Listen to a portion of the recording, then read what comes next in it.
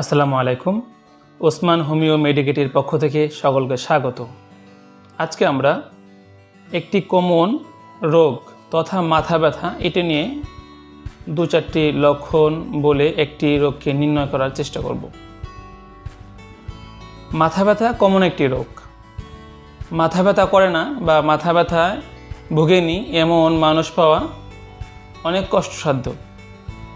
তো এই মাথা ব্যথা কেন হয়, আর মাথা ব্যথা কেনই বা এত তীব্র আকার ধারণ করে, এটা কি আসলেই মাথা ব্যথা নাকি অন্য কোনো রোগের লক্ষণ, সেটা নিয়ে আজকে আমরা কয়েকটি লক্ষণ আলোচনা করব।